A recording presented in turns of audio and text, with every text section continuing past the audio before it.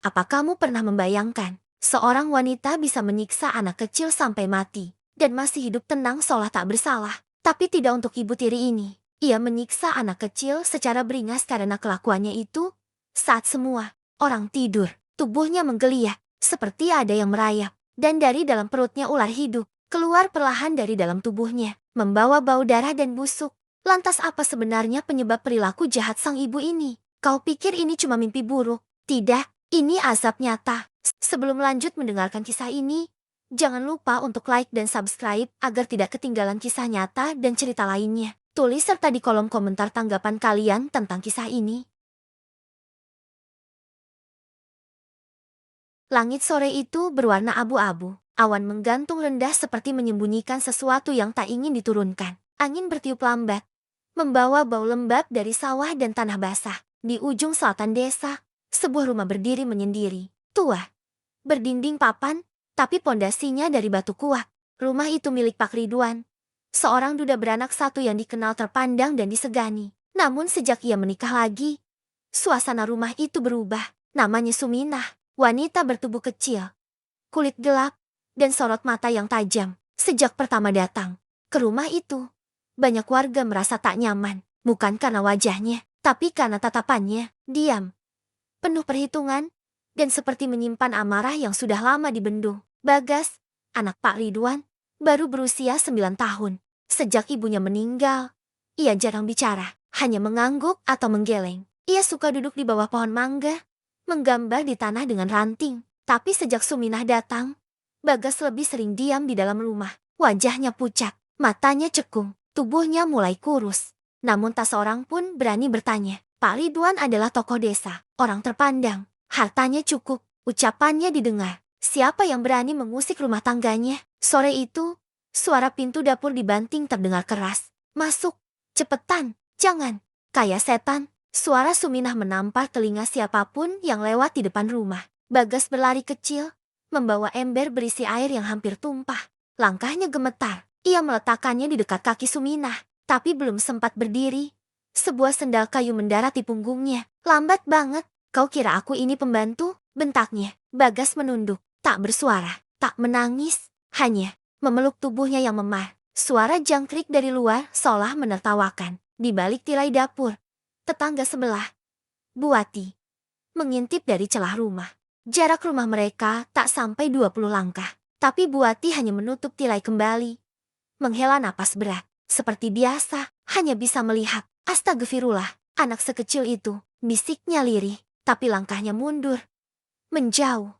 Ia ingat bagaimana dulu suaminya ditegur Pak Ridwan soal urusan rumah tangga. Katanya, orang luar tak pantas mencampuri. Bagas tidur di gudang, sebuah ruang sempit berlantai tanah dengan satu jendela kecil tinggi di dinding. Di sana tak ada kasur, hanya tikar tipis dan bantal kusam. Kadang, ketika malam terlalu dingin, ia menggulung dirinya dengan kain goni bekas. Ia tak mengeluh, tak bertanya. Ia hanya menatap langit-langit, berharap suara langkah kaki itu tidak datang malam ini. Tapi, suara itu selalu datang. Langkah berat, pelan, membuka pintu dengan bunyi engsel berderit. Masih hidup kamu? Suara perempuan itu dingin. Bagas hanya menggigit bibir, menahan napas. Tubuhnya mengejang. Dan malam itu, air panas kembali dituangkan ke lantai gudang. Suminah hanya berdiri menatap, tanpa ekspresi. Bau luka terbakar menyebar. Tangis kecil terdengar.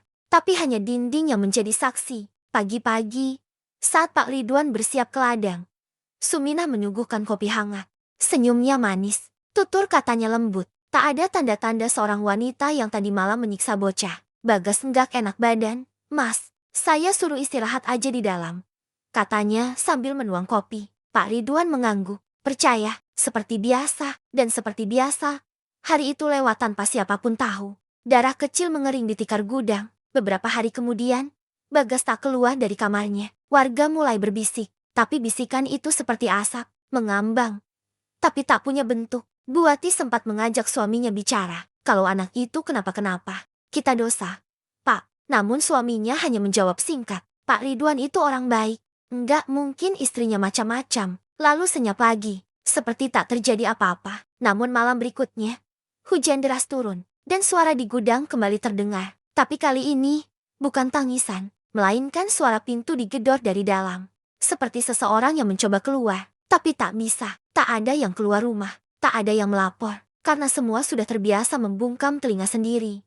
Hujan belum berhenti sejak subuh. Suara rintiknya menghantam atap seng seperti detak jantung yang gugup. Di dalam rumah itu, Suminah duduk di meja makan, sendirian. Wajahnya tampak tenang, tapi tangannya menggenggam erat cangkir kopi yang sudah dingin. Matanya menatap kosong ke arah jendela yang buram oleh embun. Ia mendengar langkah Pak Ridwan turun dari kamar, diikuti suara batu kecil dari pria parubaya itu. "Bagas masih tidur?" tanya Pak Ridwan sambil mengenakan jaket hujan. Suminah mengangguk pelan. "Masih lemas, badannya anget, kayaknya kecapekan." Pak Ridwan menghela napas. "Ya sudah, biar istirahat dulu." Tanpa banyak tanya, lelaki itu berangkat ke kebun, membawa payung besar. Begitu pintu tertutup, senyum tipis muncul di wajah Suminah. Tapi senyum itu bukan senyum kebanggaan, melainkan senyum kemenangan. Ia bangkit, melangkah pelan menuju gudang. Bunyi langkahnya seperti bisikan di antara suara hujan. Pintu kayu yang menghubungkan dapur dan gudang itu dibuka perlahan. Engselnya berdecit kecil. Di dalamnya, tubuh Bagas tergeletak, kurus, pucat, dan penuh luka. Napasnya masih ada, tapi berat. Matanya terbuka sedikit, melihat Suminah dengan tatapan yang kosong. Suminah jongkok. Ia menyentuh wajah Bagas, bukan dengan kelembutan, tapi dengan tekanan dingin yang menusuk. "Kau tahu, aku sangat benci matamu itu. Matamu sama seperti ibumu. Sok polos, sok suci," bisiknya. Bagas hanya diam. Sudah terlalu lelah untuk membalas. "Kalau saja ayahmu tahu siapa sebenarnya aku, dia pasti muntah," lanjut Suminah. "Tapi tidak. Dia percaya, dia cinta. Dan kau adalah penghalang. Semua itu." Tangannya menggenggam rambut Bagas, bukan untuk menyiksa lagi, tapi hanya untuk memastikan bahwa anak itu masih bernapas. "Tenang saja, sebentar lagi juga selesai." Ia meninggalkan gudang, menutup pintu rapat-rapat. Tak ada kunci, tapi siapapun tahu, Bagas takkan pergi kemana-mana. Sore harinya, Buati dari sebelah rumah memberanikan diri datang. Ia membawa semangkuk sup dan beberapa lembar daun sirih. "Ini buat Bagas, saya dengar dia sakit." Suminah tersenyum tipis di balik pintu. "Astagfirullah, repot-repot. Bu, tapi tenang aja. Anaknya udah baikan, lagi tidur. Kalau begitu, ini taruh sini aja ya, Bu." Suminah menerima mangkuk itu, tapi saat Buati hendak pamit, matanya sempat melihat sesuatu di balik pundak Suminah. Sekilas, hanya sekilas, tapi jelas terlihat bayangan kaki kecil tergantung di udara. Diam, tanpa gerak, wajah Buati memucat. "Bu, itu." Di belakang, Suminah menoleh cepat, tapi tak ada apa-apa di sana. Hanya tirai tipis dan gantungan baju. "Oh, mungkin bayangan jemuran. Hujan dari tadi, Jeti belum kuangkat." Buati mengangguk ragu. Ia mengucapkan salam dan buru-buru pergi. Malam harinya, hujan berhenti, tapi suasana di rumah Pak Ridwan justru semakin mencekam. Bau aneh mulai tercium dari balik gudang. Bukan bau bangkai biasa, tapi semacam bau daging terbakar dan darah basi yang menyengat. Suminah membuka jendela dapur, berharap angin malam bisa mengusir bau itu. Namun yang datang bukan angin, melainkan suara pelan, serak, dari arah gudang. "Bu," hanya satu kata, tapi terdengar begitu jelas di tengah keheningan. Suminah menoleh, napasnya tercekat. Ia mendekati pintu gudang, menempelkan telinganya. Sunyi. Ia membuka pintu perlahan. Tak ada siapa-siapa, hanya tikar, bantal, dan noda merah tua di lantai tanah. Ia menunduk, menyentuh tanah dengan ujung jarinya, lembab, hangat, dan di bawah kuku jarinya ada sisik kecil, mengkilap, seperti sisik ular. Suminah berdiri tegak, jantungnya berdetak lebih cepat dari sebelumnya. Ia menutup pintu dan menguncinya dengan kayu palang. Ia berjalan ke kamar, duduk di tepi ranjang, menutup wajahnya dengan kedua telapak tangan. Lalu, ia tertawa, pelan, tapi mengalun panjang, seolah semuanya baru saja dimulai. Pagi itu sunyi. Matahari masih malu-malu menembus kabut tipis yang menggantung di atas desa. Suara ayam berkokok terdengar jauh, samar, seperti takut mengganggu keheningan yang menyesakan. Di dalam rumah Pak Ridwan, suasana mencekam menyelimuti setiap sudut ruangan. Udara terasa lebih dingin dari biasanya. Dinding-dinding kayu seperti menyimpan suara-suara yang tak pernah diucapkan. Pak Ridwan baru kembali dari pasar. Ia membawa beberapa bahan makanan dan sempat menitipkan kabar ke tetangga, menanyakan kondisi Bagas. Ia tampak letih, tapi tetap tersenyum saat menyapa istrinya. Bagas masih tidur, Tanyanya seperti biasa. Suminah mengangguk sambil sibuk merapikan meja makan. Masih lemas, tapi tadi sempat bangun sebentar. Saya suapin bubur. Pak Ridwan mengangguk pelan. Nanti malam kita bawa ke mantri ya. Saya khawatir. Suminah hanya tersenyum, lalu melanjutkan aktivitasnya. Tak satu pun yang tahu bahwa gudang di belakang rumah itu kini telah menjadi tempat kematian. Bagas tak pernah bangun pagi itu. Iya, sudah kaku. Tubuhnya pucat, matanya terbuka setengah. Ujung bibirnya membiru, luka di punggungnya membekas, dan kulitnya mengelupas di beberapa bagian. Tak ada satupun jeritan keluar dari mulutnya sebelum ia pergi. Hanya napas yang terhenti pelan, seperti lilin yang padam tanpa suara. Suminah menemukan tubuh itu saat matahari baru terbit. Tapi ia tidak panik, tidak berteriak, tidak menangis. Ia hanya menatap lama, lalu mengambil kain, menutup tubuh kecil itu dengan tenang, seolah ia sudah tahu bahwa hari ini akan datang. Beberapa jam kemudian, suara tangisan pecah dari rumah Pak Ridwan. Suminah menangis keras, meratapi halaman, menarik perhatian warga sekitar. Pak Ridwan keluar dari kamar dan melihat tubuh anaknya terbaring di ruang tengah, ditutupi kain putih tipis. Astagfirullah, Bagas, Bagas, jeritnya histeris. Suminah mendekap tubuh suaminya, menangis bersama. Namun tak ada satu tetes air pun jatuh dari matanya. Tangisnya hanya suara, bukan rasa. Dia demam tinggi. Mas, saya sudah kasih obat, tapi pagi tadi, dia nggak bangun lagi.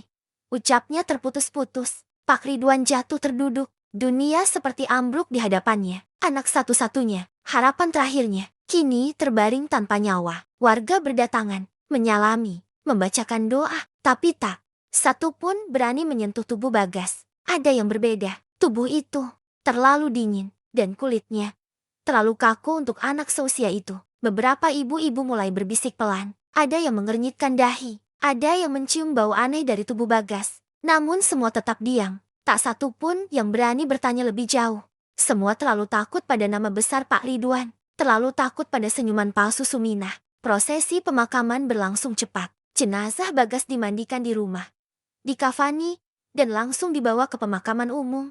Suminah ikut menangis di belakang, memeluk erat tubuh Pak Ridwan sepanjang jalan. Tapi di balik tangis itu, ada satu sorot mata yang tak pernah berubah. Tenang, datar, dan tak berjiwa. Sore itu, makam kecil berdiri di tengah tanah pemakaman. Tanahnya masih basah, ditandai nisan sederhana dari kayu. Nama Bagas ditulis dengan spidol hitam. Huruf-hurufnya mulai luntur saat hujan turun rintik-rintik. Malam pertama setelah pemakaman, Suminah mulai merasa aneh. Ia tak bisa tidur. Tubuhnya gatal, tapi bukan gatal biasa. Rasanya seperti sesuatu yang berjalan di balik kulit.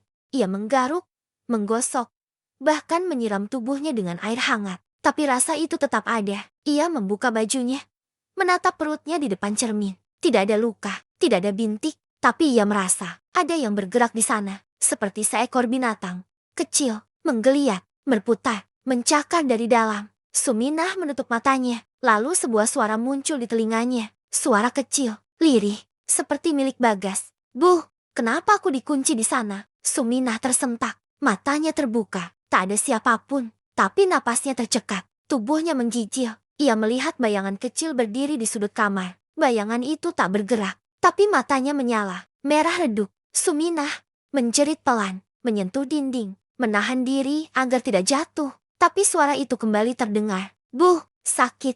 Buh," lalu menghilang. Tak ada satupun suara malam itu. Hanya detak jantung Suminah yang berlari, dan gerakan aneh dari dalam tubuhnya yang terasa semakin hidup. Suminah duduk termenung di ujung ranjang. Tubuhnya berselimut kain tipis meski udara malam sangat panas. Peluh membasahi lehernya, tapi bukan karena hawa. Ada yang lebih panas dari suhu malam gatal itu. Rasa gatal yang sudah 2 malam ini menguasai tubuhnya. Bukan gatal biasa. Rasanya seperti ada duri-duri kecil yang menyembul dari dalam kulit, mencakar, menggigit perlahan. Ia menggaruk perutnya, lalu tangannya berpindah ke pinggang, lalu ke bagian dada. Tapi tak ada yang berubah. Kulitnya tetap utuh, tidak ada ruam, tidak ada benjolan. Tapi sensasinya makin kuat, seperti ada sesuatu yang menetas dan mulai merayap. Suara kipas angin berdengung pelan. Sesekali terdengar suara cicak di dinding. Tapi malam itu terasa hampa. Bahkan Pak Ridwan yang biasanya mendengkur pelan, tidur begitu tenang seakan tak sadar istrinya sedang dihantui sesuatu yang tidak bisa dijelaskan. Suminah turun dari tempat tidur. Kakinya melangkah pelan menuju kamar mandi. Ia menyalakan lampu. Cahayanya temaram. Bayangan tubuhnya di cermin bergetar kecil. Ia berdiri di depan cermin, membuka bajunya, lalu menyentuh perutnya. Datar, lembut, tapi gatalnya semakin gila. Ia mengambil air hangat dari bak, menyiram tubuhnya perlahan. Tapi justru, rasa panas dari air itu membuat sensasi di balik kulitnya semakin nyata. Ia menahan napas, tangannya mencengkram pinggang. Lalu, ia melihatnya, sesuatu bergerak di balik kulit perutnya. Bukan bayangan, bukan ilusi. Ia jelas melihat kulitnya menggembung kecil, seperti sesuatu merayap di dalam sana. Sekali, dua kali, lalu hilang. Ia mundur selangkah, kakinya gemetar, tangannya menutup mulut agar tak berteriak. Tapi matanya tetap menatap cermin. Tubuhnya masih sama, tapi tidak di dalamnya. Suminah kembali ke kamar. Ia mengambil minyak kayu putih dan mengoleskan ke seluruh perutnya. Lalu ia baringkan tubuhnya, tapi matanya tidak bisa terpejam. Setiap kali, ia hampir tertidur. Suara itu muncul. "Buh, aku dingin. Buh, kenapa dikunci? Buh, jangan siram air panas lagi." Suara itu lirih, dekat, seperti berasal dari dalam bantal yang ia peluk. Ia membuang bantal itu ke lantai. Tapi, suara itu pindah ke belakang telinganya. Ia menutup telinga. Tapi suara itu tetap masuk. Tak bisa diusir. Malam berakhir tanpa tidur. Dan pagi datang dengan tubuh yang lebih lelah dari sebelumnya. Di dapur, ia memasak seperti biasa. Mengiris sayuran, merebus air. Tapi tangannya sering berhenti tiba-tiba. Karena gatal itu datang kembali. Lebih kuat, lebih liar. Ia menekan perutnya dengan ujung sendok. Merasakan sesuatu bergerak lagi di dalam. Seperti binatang kecil yang menggelinjang. Ia ingin berteriak. Tapi siapa yang akan percaya ketika Pak Ridwan turun ke dapur? Ia langsung menyapa dengan nada ceria. "Mas mau sarapan apa?" Suaranya tetap lembut. Senyumannya tetap hangat. Tapi jari-jarinya bergetar saat menuang teh. Wajahnya pucat. Dan matanya mulai terlihat kemerahan. Pak Ridwan tidak menyadari. Ia berbicara seperti biasa, lalu pamit pergi. Ia tak tahu bahwa istrinya sedang menutupi luka yang bukan berasal dari luar tubuh, melainkan dari dalam dagingnya sendiri. Saat sore tiba, Suminah mencoba tidur di ruang tengah, tapi rasa gatal kembali melanda. Ia bangun, melangkah ke kamar mandi, menyiram tubuhnya lagi. Tapi kali ini, ia melihatnya jelas. Kulit di bawah pusarnya bergerak sendiri, memanjang, seperti ekor, lalu diam sejenak dan berpindah ke sisi kiri. Ia menangis. Tapi air mata itu hanya membasahi wajah yang kini mulai pucat. Ia terduduk di lantai, memeluk lutut, dan berbisik pelan. "Aku bukan orang jahat. Aku cuma membalas. Aku cuma ingin mereka tahu rasanya dihina." Tangisnya pecah dalam diam. Dan saat malam kembali datang, suara itu terdengar lagi. Kali ini bukan hanya suara anak kecil, tapi juga suara desisan, panjang, dalam, menggoda, seperti ular lapar yang menunggu saatnya keluar. Langit malam kembali kelabu. Angin berembus lembut, tapi menusuk sampai ke tulang. Rumah Pak Ridwan terlihat tenang dari luar. Tapi di dalamnya, Suminah sudah seperti orang yang kehilangan akal. Tubuhnya makin kurus, wajahnya makin tirus. Kantung, matanya menghitam, rambutnya kusut dan kulitnya semakin pucat. Sudah 5 hari sejak Bagas dimakamkan. Dan selama 5 hari itu pula, tubuh Suminah tak pernah tenang. Ia mulai mengurung diri, tak mau keluar kamar. Bahkan dapur pun sudah lama tak disentuh. Ia tak peduli rumah berantakan. Tak peduli pada suaminya yang bingung melihat perubahan sikapnya. Pak Ridwan sempat bertanya, "Ada apa? Minah, kamu sakit? Mukamu pucat begitu." Suminah hanya menjawab singkat, "Capek, Mas." Pak Ridwan tak mendesak. Ia mengira istrinya masih berduka karena kematian Bagas. Ia tak tahu bahwa dalam tubuh istrinya sedang tumbuh sesuatu yang tak bisa dijelaskan oleh logika. Malam itu, Suminah terbangun dari tidurnya karena mimpi buruk. Ia bermimpi berada di kuburan, di bawah hujan deras, berdiri di depan makam kecil dengan nisan yang sudah roboh. Di sekelilingnya, ular-ular kecil menggeliat di antara tanah basah, mengepung kakinya, dan dari balik nisan, muncul wajah Bagas. Tapi matanya hitam sepenuhnya, mulutnya robek ke pipi, dan dari mulut itu, keluar seekor ular kecil. Melilit lidahnya. "Buh!" Suara itu lirih tapi menggema. "Aku di sini." Suminah terbangun dengan napas terengah-engah. Keringat membasahi tubuhnya, tapi saat ia menyentuh perutnya, tangannya berhenti. Ada sesuatu di balik kulitnya, bergerak perlahan, menggeliat memanjang. Tidak besar, tapi terasa hidup. Ia menahan napas, mencoba tidak panik. Tapi gerakan itu semakin aktif, berputar, naik, lalu turun ke arah panggul. Ia berlari ke kamar mandi, membuka bajunya, menyalakan lampu, menatap cermin, dan ia melihatnya. Kulit perutnya kini tampak menonjol memanjang, seperti ada tali kecil yang bergerak di bawah sana, menyusuri dari pinggang ke atas, lalu berhenti tepat di bawah tulang rusuk. Ia menekan perutnya, tapi gerakan itu berpindah, menjauh dari sentuhan. Tangis mulai jatuh dari matanya. Astagfirullah, apa ini? Apa yang hidup dalam tubuhku? Ia menyiram tubuhnya dengan air dingin, tapi tak ada yang berubah. Justru sensasi geraknya makin jelas, seperti ular kecil yang mencari jalan keluar. Sejak malam itu, ia tak bisa lagi tidur. Ia hanya duduk di pojok kamar, kadang bicara sendiri, kadang tertawa sendiri, kadang menangis, dan sesekali memukul perutnya dengan keras, mencoba membunuh apapun yang ada di dalam. Pak Ridwan yang melihat keanehan itu mulai merasa cemas. Ia menghubungi mantri desa untuk datang. Tapi saat mantri itu datang keesokan siangnya, Suminah menolak diperiksa. Saya nggak sakit, ujarnya datar. Matanya tak berkedip saat menatap mantri. Dan saat mantri mencoba mendekat, Suminah berdiri, pelan lalu berkata pelan, "Kalau kamu sentuh aku, kamu juga akan ngerasain." Ucapan itu membuat mantri mundur perlahan. Ia pamit cepat dan memberi isyarat pada Pak Ridwan bahwa ada yang tidak beres. Malam berikutnya, rumah itu mulai berubah. Suara desisan mulai terdengar dari dinding. Suara langkah kecil yang menjalar dari bawah lantai papan. Dan kadang, suara ketukan dari gudang yang sudah lama dikunci. Pak Ridwan mulai melihat bayangan. Sekilas, seperti anak kecil berdiri di pojok ruang tamu. Tapi saat ia menoleh, tak ada siapapun. Ia tak berani bertanya pada istrinya. Ia tahu istrinya sudah tak sama lagi. Ia hanya bisa berzikir, berharap semua hanya gangguan sementara. Tapi, malam itu, segalanya berubah lebih mengerikan. Suminah duduk sendiri di ruang tengah. Tiba-tiba ia merasa perutnya kejang, nyeri yang luar biasa. Ia menggeliat, memegangi perutnya yang kini terasa seperti akan meledak. Ia berteriak, menggigit bibir, lalu merangkak menuju kamar mandi. Ia mengunci pintu, dan dari luar terdengar suara jeritan, lalu suara tawa, panjang, dan dingin. Beberapa menit kemudian, sunyi, tapi dari bawah pintu, mengalir darah, dan sisik hitam kecil, bergelombang, seperti tubuh ular, merayap keluar perlahan. Malam itu, Pak Ridwan tidak menyadari satu hal, bahwa rumahnya bukan lagi miliknya, tapi sudah berubah menjadi tempat pembalasan, tempat sesuatu lahir dari dendam yang membusuk.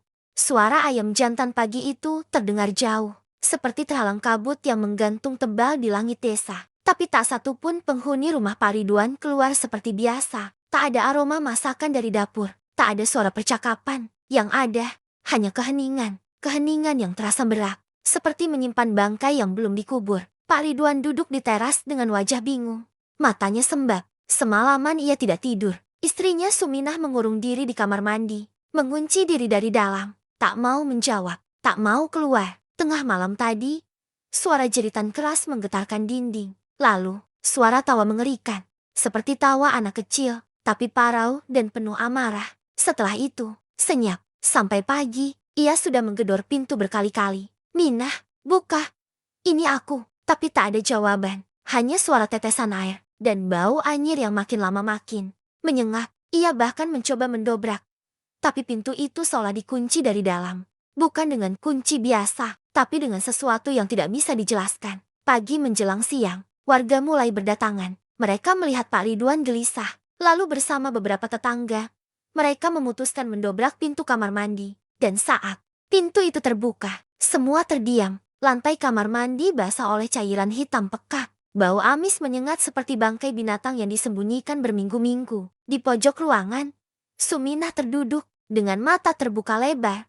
Tubuh menggigil, bibirnya bergetar tanpa suara, tangannya mencakar-cakar perutnya sendiri, berdarah, mengelupas, seperti ingin mengeluarkan sesuatu dari dalam. Tapi yang paling membuat semua orang mundur ngeri adalah tonjolan di perutnya yang bergerak, jelas, seperti seekor ular, hidup di bawah kulit. Salah satu warga menjerit, yang lain lari, tapi Pak Ridwan hanya terdiam, matanya berkaca-kaca. Ia ingin memeluk istrinya, tapi tak mampu menggerakkan kaki. Suminah menatapnya. Sorot matanya bukan seperti istrinya yang dulu. Wajahnya pucat, bibirnya membiru, tapi matanya seperti milik orang lain. "Mas," katanya lirih, "aku minta maaf." Dan sebelum siapapun bisa merespons, tubuhnya kejang hebat, perutnya bergerak cepat, tonjolan di bawah kulitnya melesat ke atas. Ia menjerit keras, panjang sebelum terdengar suara robekan basah. Kulit perutnya sobek sendiri, dan dari lubang itu, seekor ular besar berlendir keluar, melingkar cepat di lantai, berdarah, dan mengangkat kepalanya menatap semua orang yang ada di sana. Beberapa warga pingsan, yang lain kabur tak sempat menoleh. Pak Ridwan terduduk lemas, tubuhnya gemetar, tapi pandangannya tetap tertuju pada tubuh istrinya, yang kini sudah tidak bergerak. Matanya terbuka, tapi kosong. Mulutnya sedikit tersenyum, seolah sudah merasa lega. Ular itu tak menyerang, ia hanya melingkar, lalu perlahan merayap menuju pintu, keluar dari kamar mandi, menuju halaman depan, lalu menghilang ke semak-semak. Hari itu, berita tentang Suminah menyebar seperti api, tapi tak ada yang benar-benar bisa menjelaskan. Sebagian bilang itu kesurupan, sebagian bilang kutukan, tapi buati tetangga sebelah rumah hanya berkata satu hal pada suaminya malam itu. Perempuan itu menyimpan sesuatu dalam tubuhnya, tapi bukan janin, bukan kehidupan yang tumbuh di perutnya itu. Dendam. Hujan turun deras malam itu, petir menyambar jauh di ujung bukit. Suasana desa benar-benar mencekam. Angin membuat jendela-jendela tua berderit pelan, dan suara hujan menutup semua bunyi lain. Tapi di rumah Pak Ridwan, suara tangisan samar terdengar, tangisan kecil, seperti anak-anak. Padahal, tak ada lagi anak di rumah itu. Pak Ridwan duduk di ruang tamu. Wajahnya pucat, tubuhnya gemetar. Ia belum bicara sejak kejadian kemarin saat seekor ular keluar dari tubuh istrinya. Dan istrinya meninggal dengan kondisi yang tak bisa diterima akal sehat. Kini, jasad Suminah tergeletak di dalam kamar. Tidak dibawa ke mantri, tidak dibawa ke puskesmas. Karena siapa yang bisa jelaskan sesuatu seperti ini? Warga menolak menyentuh jenazahnya. Bahkan tak ada yang mau masuk ke dalam rumah. Semua hanya berdiri di pagar, saling berbisik, saling takut, saling curiga. Pak Ridwan menatap istrinya dari ambang pintu kamar. Tubuh Suminah sudah membiru. Namun yang aneh, perutnya terus membesar, seolah-olah sesuatu masih hidup di dalam sana. Saat malam semakin larut, Pak Ridwan mendengar suara lagi. Suara pintu gudang terbuka sendiri. Ia menoleh cepat. Tidak mungkin, gudang itu sudah kosong, sudah dikunci. Tapi dari arah sana muncul bayangan kecil, seperti sosok anak-anak, berjalan pelan, lalu berhenti di lorong. Pak Ridwan berdiri, keringat dingin membasahi lehernya. Bagas, bisiknya nyaris tak terdengar. Sosok itu diam, lalu perlahan melangkah ke arah kamar Suminah. Pak Ridwan mengikuti, tapi begitu sampai di depan kamar, bayangan itu menghilang. Dan dari dalam kamar, suara tawa kecil terdengar. Tawa anak-anak, pelan, parau, dan dingin. Pak Ridwan memaksa masuk. Ia melihat jasad istrinya masih terbaring. Tapi kini, perutnya bergerak lagi. Kali ini lebih liar. Dan sebelum ia sempat mendekat, perut itu pecah. Tidak seperti ledakan, lebih seperti belahan panjang, membuka sendiri dari dalam. Dan dari sana, keluar ular-ular kecil belasan jumlahnya basah, berdarah, menggeliat seperti baru lahir. Mereka tak menyerang. Mereka hanya merayap turun, lalu menyebar ke setiap sudut kamar. Pak Ridwan mundur, terjatuh. Mulutnya gemetar membaca ayat. Tapi, ayat-ayat itu seperti tidak mempan malam itu. Lalu, dari balik jasad istrinya, terdengar suara pelan. Mas, aku sudah tenang. Pak Ridwan menjerit. Ia berlari keluar rumah. Hujan mengguyur tubuhnya. Tapi ia tak peduli. Warga yang melihatnya hanya bisa terpaku. Tak tahu harus membantu atau menjauh. Rumah itu, sejak malam itu, dikosongkan. Dan keesokan paginya, warga menemukan noda darah berbentuk tangan anak kecil di seluruh dinding dalam rumah itu. Dan di tengah ruang tamu, seekor ular kecil melilit potret keluarga yang sudah pecah kacanya. Matanya menatap siapapun yang masuk, seolah berkata, aku belum selesai. Keesokan harinya, langit desa tak secerah biasanya. Awan kelabu menggantung berat, seolah langit pun tahu ada sesuatu yang mengerikan terjadi di tanah ini. Rumah Pak Ridwan kini sepi. Tak ada lagi suara. Tak ada lagi tawa palsu atau amarah tersembunyi.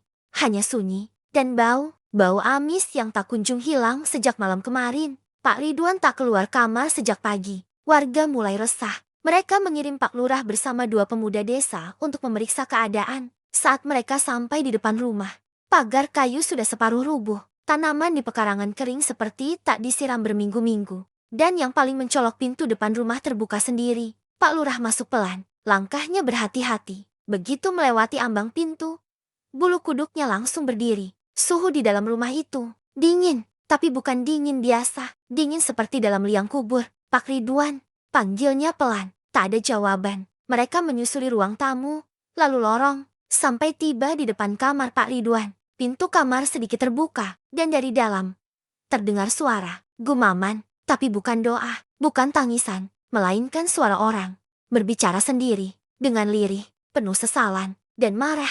Salah satu pemuda memberanikan diri mendorong pintu perlahan, dan di sanalah Pak Ridwan, terduduk di pojok kamar, tubuhnya gemetar, memeluk potret Bagas, matanya kosong, rambutnya berantakan, mulutnya terus berucap hal yang sama. Aku nggak tahu, aku nggak tahu, aku kira dia baik, aku kira dia cinta. Pak Lurah mendekat, tapi saat ia menyentuh bahu Pak Ridwan, pria itu menatapnya dengan pandangan gila. Dia bukan manusia, Pak Lurah. Dia bawa ular dalam tubuhnya. Dia tanam dendam di perutnya. Dan itu belum selesai.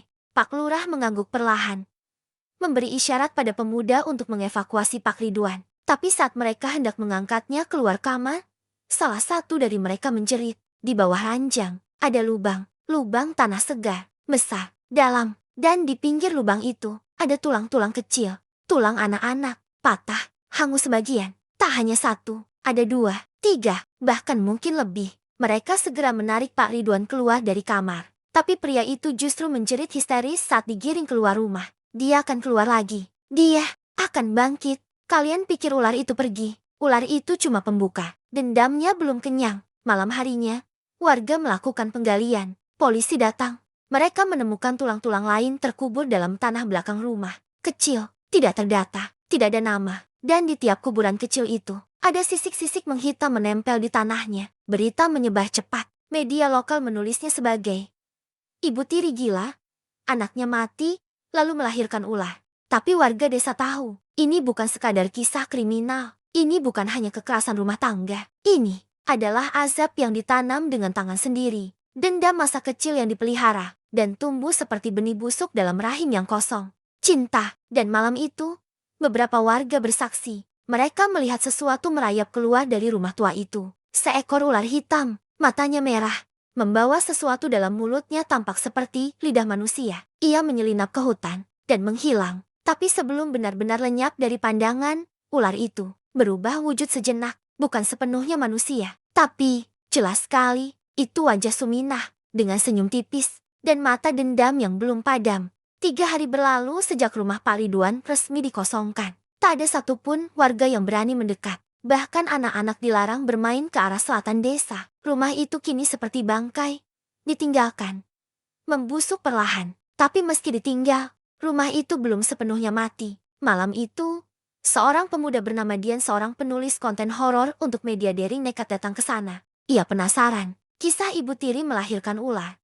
Anak tirinya mati disiksa, dan jasadnya ditemukan bersama kuburan-kuburan kecil. Sudah jadi cerita viral. Ia ingin datang langsung, merekam, mendokumentasikan. Dian membawa kamera, perekam suara, dan senter. Ia masuk pelan dari pintu samping yang rusak. Rumah itu gelap, berdebu, dan bau amis masih tertinggal kuat di udara. Ia menyalakan kamera, berbicara pada mikrofon. Malam ini, aku berada di rumah Pak Ridwan yang viral karena kisah tragis ibu tiri melahirkan ular. Rumah ini sudah dikosongkan.